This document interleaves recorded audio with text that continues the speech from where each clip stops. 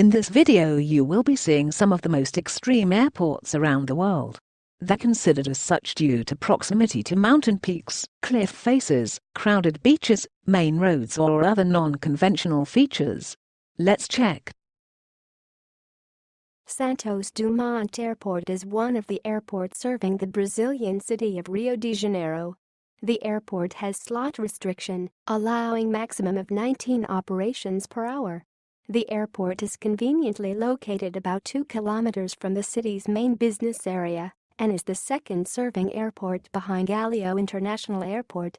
In July 2007, Santos Dumont Airport was the home to the worst air disaster in Brazilian history. More than 200 people lost their lives because of a plane crash. The airport was constructed using reclaimed land on the coast and has no room for further expansion, being surrounded on 3 sides with water, and the short runway makes it extremely challenging for pilots to land planes there.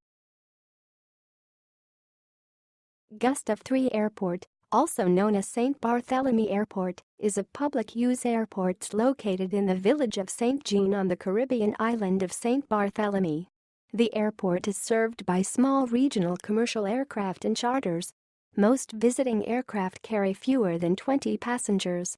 The short airstrip is at the base of a gentle slope ending directly on the beach. The arrival descent is extremely steep over the hilltop traffic circle. Departing planes fly right over the heads of sunbathers. The airport is located at the island's second largest town, St. Jean. TONCONTIN International Airport is a civil and military airport located 6 kilometers from the center of Tegucigalpa, Honduras. The airport received much notoriety as being one of the most dangerous in the world due to its proximity to mountainous terrain, its short runway, and its historically difficult approach to runway.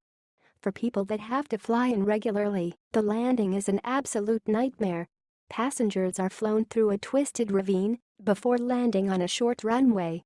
For those that live close to the airport, the nightmare is no different, with constant danger lurking overhead as planes fly low over their houses on final approach.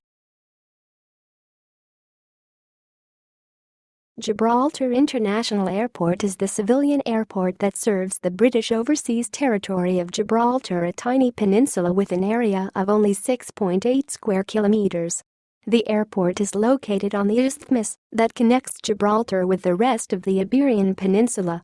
Winston Churchill Avenue intersects the airport runway and consequently has to be closed every time a plane lands or departs. It is ranked as one of the most extreme airports in the world. It is exposed to strong crosswinds around the rock and across the Bay of Algeciras, making landings in winter particularly uncomfortable. Chaguil Airport is an airport serving the town of Chaguil in the La Libertad region of Peru. The runway is in a deep canyon on the banks of the Marañón River. The runway length of 12.05 meters includes a 300 meters displaced threshold on the northwestern end. It has one of the most challenging approaches in the world through a tight, winding canyon. It can only be used in good weather as the approach requires aircraft to fly dangerously close to the mountain sides. BARRA Airport is a short runway airport situated in the wide shallow Bay of Tramore at the north tip of the island of Barra in the Outer Hebrides, Scotland. The airport is unique, being the only one in the world where scheduled flights use a beach as the runway. The beach is set out with 3 runways in a triangle, marked by permanent wooden poles at their ends. At high tide, these runways are under the sea. Flight times vary with the tide. Emergency flights occasionally operate at night from the airport, with vehicle lights used to illuminate the runway and reflective strips laid onto the beach. The aerodrome is not licensed for night use. COURCHEVEL ALTIPORT is an altiport serving Courchevel, a ski resort in the French Alps. The airfield has a very short runway of only 537 meters with a gradient of 18.6%. There is no go-around procedure for landings at Courchevel due to the surrounding mountainous terrain. The airfield primarily sees smaller fixed-wing aircraft such as Cessnas as well as helicopters at present. The runway has no instrument approach procedure or lighting aids, thus making landing in fog and low clouds unsafe and almost impossible.